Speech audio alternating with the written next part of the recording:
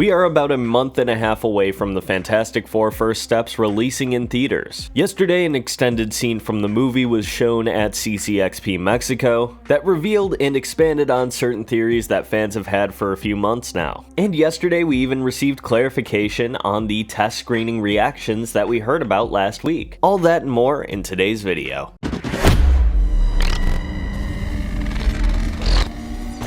So last week, I made a video that centered on the leaking culture of Hollywood insiders as a whole, but more specifically centered on Marvel and DC leaks. If you haven't seen the video yet, I think it's extremely important because it does talk about some serious issues that a lot of these people propagate in this community. But the thing I want to talk about today is directly connected to that video. I made that video specifically after hearing Jeff Sneider, one of the insiders I covered, talking about what the general reaction was to a test screening for the Fantastic Four First Steps. Now, I was going to make a video talking about the test screening, but I felt like it was more important to talk about the insiders that covered it instead. And I'm really glad I didn't cover it before because guess what? Jeff Sneider lied and exaggerated certain details that his source had to say. The original report that came from Jeff Sneider said that the movie was mid or meh, it had weak character development, bad CGI, and that his source called the film a mess and a huge problem. Well, that original source has spoken out, and we are going to look at exactly what they had to say about the movie. And they made it very clear they are not including plot leaks here, but this post was made specifically to debunk a lot of the exaggeration that insiders like Jeff Sneider have been spreading. Such as, no one screamed mid in the audience. There was a guy next to me sighing and flapping his hands around. When the movie was over, I asked him his opinion, and he said it was mid. I told this story on Discord right after I left. Certain insiders have blown this story out of proportion, saying that some lunatic screamed mid in the theater. This is 100% not true. Now, I haven't seen that detail exactly, but it's not entirely shocking. A lot of these insiders play this game of telephone where they see somebody else's leak and then they add their own exaggerated detail onto it, just to make it seem like they each have their own unique sources.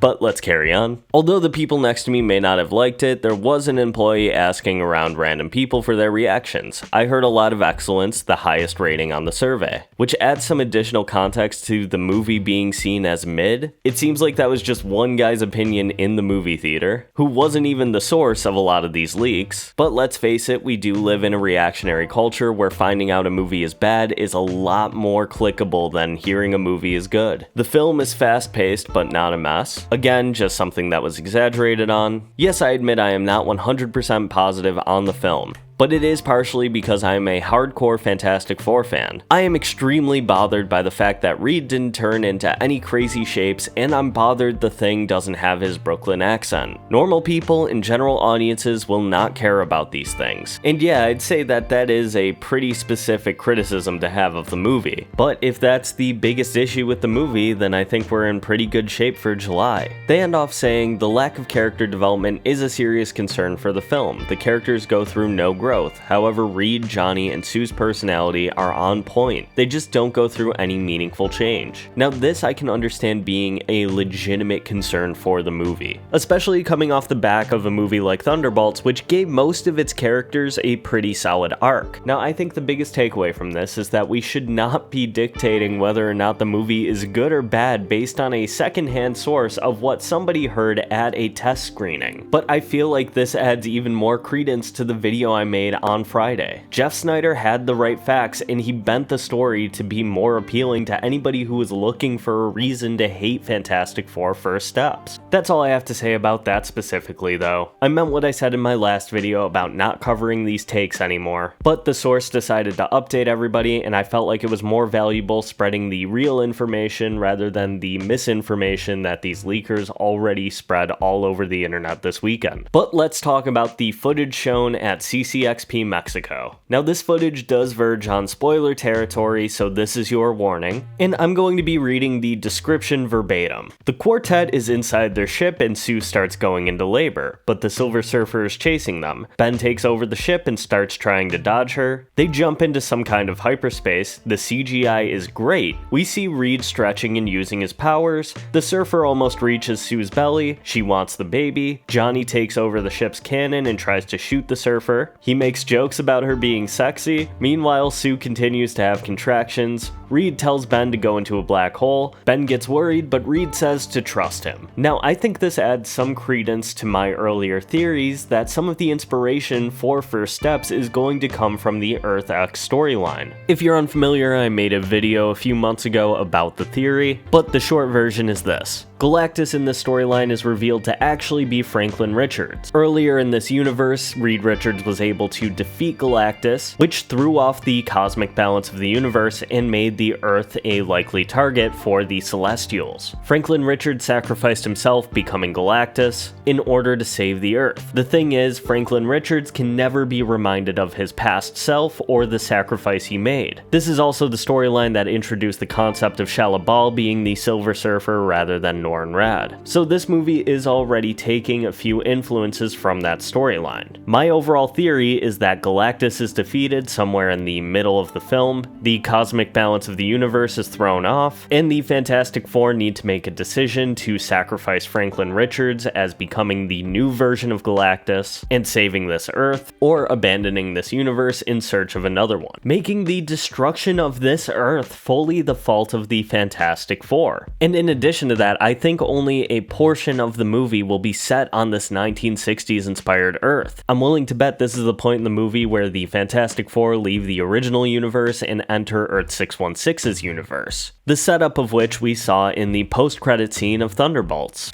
And I think that also means there's the potential for some other Avengers to appear towards the end of the movie. Now, that's my wild theory though, not something that I am completely determined will happen in the movie, as one fact that remains unchanged from the earlier reports about the test screening is that Galactus is a really great character in this movie. But based on that scene alone, I'm really excited to see what exactly Fantastic Four First Steps is going to be like. The marketing has done a really good job hiding the exact plotline that the movie is going to follow, aside from the basic facts of the Fantastic Four going up against the Silver Surfer and Galactus. But really, that's all we need to know so far. I want to wrap this video up just praising Matt Shakman. He recently wrote one of the forewords for the Marvel Premiere Collection's release of the storyline Solve Everything. Side note, as a comic collector, I love the Marvel Premiere Collection and the DC Compact Comics. They're a really affordable and great way to read some of these storylines. In the foreword, Shakman praises the writer of this storyline, Jonathan Hickman, and expresses that this storyline was the real inspiration for how the characterization of each of the Fantastic Four will carry over into the movie. I also think it was a great story to look for inspiration, giving us a great entry point into the Fantastic Four without having to do the origin story over again. That's gonna do it for this video though. Thank you so much for watching, and let me know all of your thoughts about any of this down in the comments below. I really enjoy hearing your feedback, and I want to know what you think about my theories and the nature of these test screenings. I also want to know what you think about the Solve Everything storyline. I just read it for the first time a few days ago and I really loved it. But again, thank you so much for watching, and I will see you in the next video.